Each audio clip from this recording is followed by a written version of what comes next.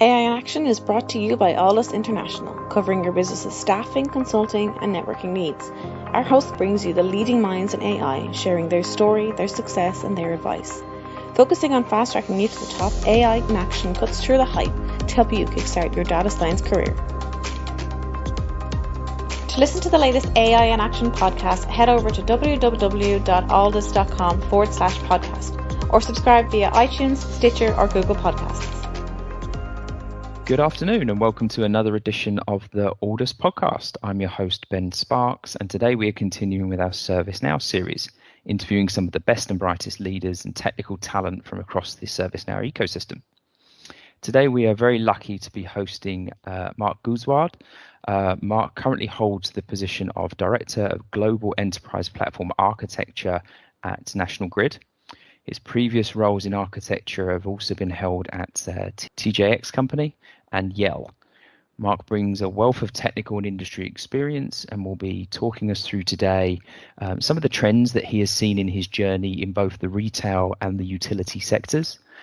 He'll be talking about what makes a great architect and some best practice for stakeholder engagement. So Mark, welcome to the show. Thanks, Ben. Great to be here. Oh, great to have you. Mark, let's start by giving our listeners an overview of who they're listening to. Can you talk to us a bit about your career to date? Yeah, sure. So the Army, U.S. Army, back in 1992 was kind enough to help fund my master's in computer information systems, and that kind of launched me into the civilian sector. Early on, the thing that probably differentiated me from my peers the most was a keen awareness and interest in having the voice of the customer. And that was before we were using that term.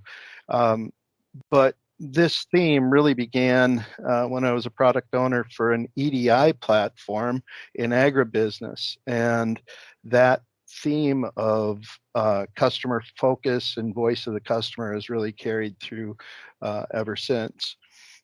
In the last 29 years, I've led application development teams, consulting practices, and I've done that in a lot of industries: agribusiness, pharma, financial services, wealth management, print and digital advertising, and most recently in retail and in energy utility. So regardless of the technology of the day, the real hallmark of my career has been understanding that gap between what stakeholders are asking for and the real business problem they're trying to solve. We're finally working with stakeholders across the industry, I think, to understand desired outcomes instead of just technical requirements, and I think that's as it should be. Indeed. So, Director Global Enterprise Platform Architecture. It's a bit of a mouthful for me, anyway. Talk to me about your current role and responsibilities and what that sort of entails. Right. So, as an enterprise platform architect, anytime that I spend actually doing solution architecture, I'm not doing my job. The real job of an enterprise platform architect is to understand the holistic approach of a platform like ServiceNow. Like a lot of clients, National Grid started its ServiceNow journey with IT service management and the CMDB. And when you do that, you don't have to have a lot of governance because it's pretty self-contained and it isn't exposed to a lot of other business functions. But as you look beyond the IT service management space, that governance and holistic view becomes even more important. So my main role is to set the strategy for our platform and address the foundational data improvements and the foundational structures so that it really can become that enterprise service management portal that we aspire to have at National Grid. Some of the key areas that are important are tying together that service catalog with your knowledge base, your assignment groups, the taxonomies and governance of those data structures all interact to give a better experience for the users, and that's really key. So if you view those core drivers holistically, it helps ensure that you deliver that for them. And it paves the way for the newer technologies like the virtual agent and the automation and deflection that everyone's seeking. So, obviously looking at your current role and your past role, two very well-known organizations, obviously a wealth of ServiceNow experience. Looking at ServiceNow or maybe even wider digital transformation trends in the utilities and retail sectors, what have you seen during your time in these areas? Well, I think the holy grail in both of my recent career engagements is to deliver a better quality of service and decrease the cost of delivering that service. And that's where I see ServiceNow as a phenomenal enabler of that. If you have a single platform and you have a common data structure, it's really not a huge leap to say a workflow is a workflow is a workflow, and the data necessary to drive that workflow really is an enterprise asset, and managing and maintaining that in one space is much more cost effective than trying to have 15 different systems when you could do that all on one platform. So I see a lot of interest in going from IT service management to enterprise service management. One of the surveys that I saw on employee satisfaction actually said that managers' biggest frustration was the number of platforms they had to go to do their jobs. One for ordering a cell phone, one for onboarding a new employee, a different one for requesting help with their laptop. If they could go to one place, regardless of what service they're trying to take advantage of, it would save them time, make them happier about doing their jobs. So leveraging that out-of-the-box functionality and ServiceNow's, kind of marketing tagline of being the system of action, and then integrating, ideally, if you can use Integration Hub, to the systems of record for fulfillment, that's really the thing that's driving a lot of folks these days. And it's key that really kind of do the whole round trip loop, if you will. Fantastic. So, one of the things that we get asked a lot about is and one of the things we're trying to cover a lot in these podcasts is best practice, but as well mentorship. So, as we were discussing before the call, you've got years of experience. In your view, what does it take to be a great architect, and what are the kind of key things that you would like to sort of play forward if you were coaching someone? Well, I kind of hope that I'm not going to give you a typical answer here. Okay. In my view, the number one trait or attribute of an excellent architect is empathy. Second would be technical acumen. And third would be the ability to connect dots, think strategically, and either see or create a path from that strategy to the execution of the strategy. So let's talk about empathy for a minute. There's a lot to that. It involves building rapport with your stakeholders. It involves understanding what their goals are, not just a laundry list of or assessing or analyzing technical requirements, but what business outcomes is your stakeholder charged with delivering for the business? What's their remit? And then how are they viewed within the organization? What does great look like for them? And then bringing that outlook into the architectures that you create are going to have more value for the enterprise. And then the other side of empathy, sort of the opposite or the other side of the coin from your stakeholders, is also having empathy with your technologists, your developers, your network folks, and understanding their world and what makes, what does great look like for them. And if you can be the advocate to the business for technology and the advocate for technology to the business, then you're going to have a lot more value to the enterprise. Technical acumen, that doesn't mean that you have to be a multilingual developer, a data scientist, or some kind of like an RPA aficionado. It means that you have a broad experience in environments that had lots of different technologies, .NET, Java, whatever, all the different kinds of technologies out there over the last 20 years. Having an awareness and understanding of them and how they're used to harness the power to deliver business outcomes and solve problems. That's really what it comes down to. And then the key with technical acumen is to have enough familiarity with them that your developers and technologists have sort of an intellectual respect for you. I've been around a lot of developers who they'll kind of give you a little test of, does this guy actually understand right. how what I do matters? And if you don't pass that test, they're not going to engage with you the same way as they would if you do pass that test. So that's key on technical acumen.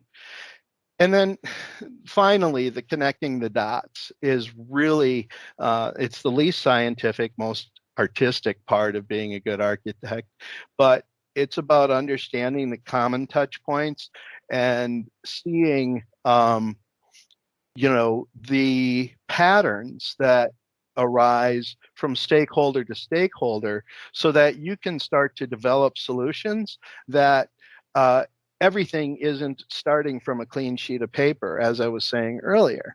A workflow is a workflow is a workflow. So it doesn't matter that one is in finance and one is in IT service management. It doesn't matter. The payload matters, the data matters, but the flow and approvals are a lot the same. The more you can see those things and tie those together, again, the more value you're going to bring to your organization as an architect.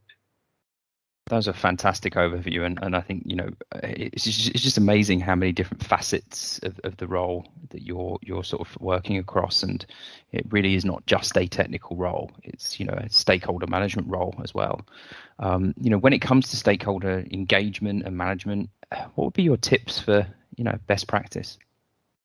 First and foremost is to treat your stakeholders as equals regardless of the organizational structure, and establish rapport respectfully. Maybe embrace some of the tenets of servant leadership if you've read any of those books, but don't be subservient to your stakeholders. You're their trusted expert in your area of expertise. So, you are there because they don't have the bandwidth to do everything that needs to be done. So if you've done your homework and you're self-aware, then you can take that to your stakeholders, and they'll rely on you when you're showing them that you can bring that homework and that understanding to bear to show them a path forward to getting to great. And that's really what it comes down to. And over time, you'll establish a reputation as being key to their success and partnering to deliver on their success. One of the things I think of all the time, and I know it's tired and it's worn, but it's still true. And I worked in agribusiness, so it fits perfectly, right? In the 1800s, if you asked a farmer what they wanted, they'd say, I want a workhorse that eats less hay and never goes lame. They wouldn't ask you for a tractor because they'd never seen one. So architects need to be above the fray so that they have time to go explore and know that tractors exist and bring those tractors to work for these folks that are your stakeholders. So build that rapport, understand their business desired outcomes, and then provide thought leadership, sometimes through demos and proofs of concept, and stay engaged through delivery, even if that's not really your day job as an architect, so that those thought leadership principles that you brought to the table don't sort of get cast aside in the interest of making the timeline on a project. I really love that analogy, and it's definitely one I've not heard before, but makes complete sense. And it just sounds, it's really all about partnership and education. It sounds fantastic. So, looking back, one of the questions we have as a theme on the podcast is, if you could, look back a few years, let's say, 5, 10, 15 years, whatever that might be, what would your advice be to your younger self? First thing I would focus on is to be more purposeful in managing my own career, and also to recognize my own unique strengths and abilities to contribute to information technology. We're a vast space within business, and there's a need for a lot of different skill sets. Not everyone needs to be a killer coder. There's books, Freakonomics and then Super Freakonomics. There's actually a study, and I think it's Super Freakonomics, that talks about how easy it is to outsource sort of the coding and development functions. There's even talk now about accountants being easily outsourced because the patterns of what they do is so codifiable and able to be exported. But the layer that understands what the business aspires to achieve and how those software and technology elements can come to bear, that's almost impossible to move offshore. So if you focus on that, then you're going to have sustained value over the course of your career. And then finally, the other one is to recognize that your career is only one dimension of your life. And I hate buzzwords, but I'm going to use one anyway, and that's work-life balance, right? Work-life balance. But the reality is that, faith, whatever that may be, family, friends, fitness, leisure, they all contribute to making us who we are. And if you give ample time to each of those dimensions, they'll make us smarter, they'll make us live longer, and they'll make us more connected. Unless you're a hyper single-threaded person like a concert pianist or a top-ranked pro golfer, and those types of people are notorious for not having good balance in their lives, right? But so if you're not one of those, having balance across those dimensions will not only make you happier, but over time, it'll make you better at what you do. And then lastly, I think I would refer back to my military days and a slogan that I picked up as a young lieutenant, which is mission first, people always. And none of us is as good alone as we can be as part of the right team. Mission first, people always. I think that is an amazing place to leave it. And Mark, this has been really insightful. You've given us a lot to think about, I'm sure. Is there anything you'd like to add before we say goodbye? Well, Ben, I appreciate you folks reaching out to ask me to participate in this. And if I've captured your listeners' attention in any way, you're welcome to reach out to me on LinkedIn and carry on a virtual chat or coffee break at some point if you want to explore any of this further. Awesome. I'm sure you'll get a few calls after this or LinkedIn messages at least. Thank you very much, Mark. This has been great. Appreciate your time. You're welcome. My pleasure. AI in Action is brought to you by Alldus International, covering your business's staffing, consulting, and networking needs. Alldus offer an exec search program. Alldus can help you discover how data science and AI can transform your company. With our unrivaled network of C-suite executives and senior AI professionals, we offer retained search services across the US and Europe. Get the Alldus advantage. Become a member of the Alldus community and enjoy some of the following: AI meetups. Once a month, our community gathers to listen to some of the leading experts in the world of data science and AI.